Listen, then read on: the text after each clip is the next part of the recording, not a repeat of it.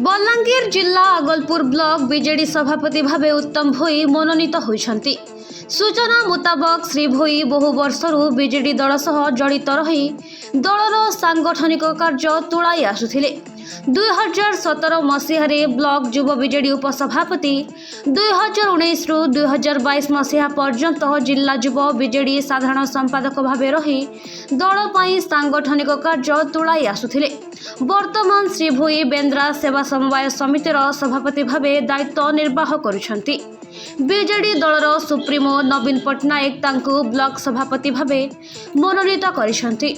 सभापति भावे मनोनीत करिथिबारु दलर सुप्रीमो नवीन पट्टनायक तथा बलांगीर जिल्लार समस्त नेतृवृन्दଙ୍କ सह लुइसिया निर्वाचन मण्डलीर समस्तଙ୍କୁ धन्यवाद अर्पण करिसन्ति।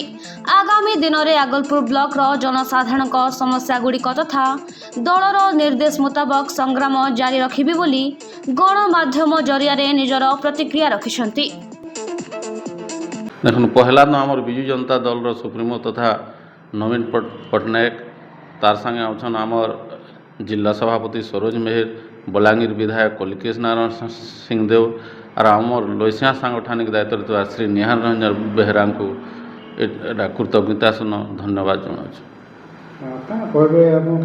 स्ट्रंग करबे आगे निर्वाचन आसुचे पंचायत निर्वाचन केमती लड़े करबे काना चेष्टा करबे संगठन केनता मजबूत करबे का देखुन पहला तो आमर आगलपुर ब्लॉक रे ब्लॉक कमिटी गठन करा जिबा तार संगे पंचायत सभापति बछा जिबा और तार भी कमिटी गठा कर तारपर बिजु युव सभापति बछा जिबा तापर छात्र सभापति तापर कृषक संगठन रो गुटे आगलपुर ब्लॉक रो सभापति रहे समस्त को नहीं करी एक सांगरे नहीं करी आमर संगठन के मजबूत करी ग्राउंड जीरो करी डबल इंजिन सरकार चाषी मनकर प्रति श्रमिक मनकर प्रति आशा अंगनवाड़ी मनकर प्रति शिक्षक मनकर प्रति जेन अवहेलित करिचे सेटा लोकलोचन के आनमो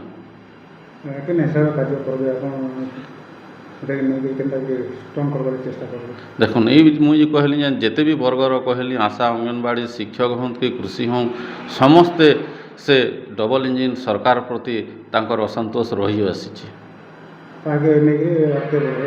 हाँ ताके नहीं आम आगे बढ़ार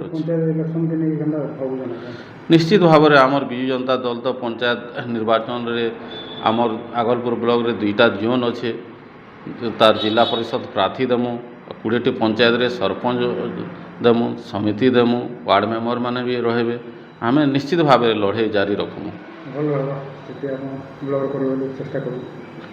निहाती।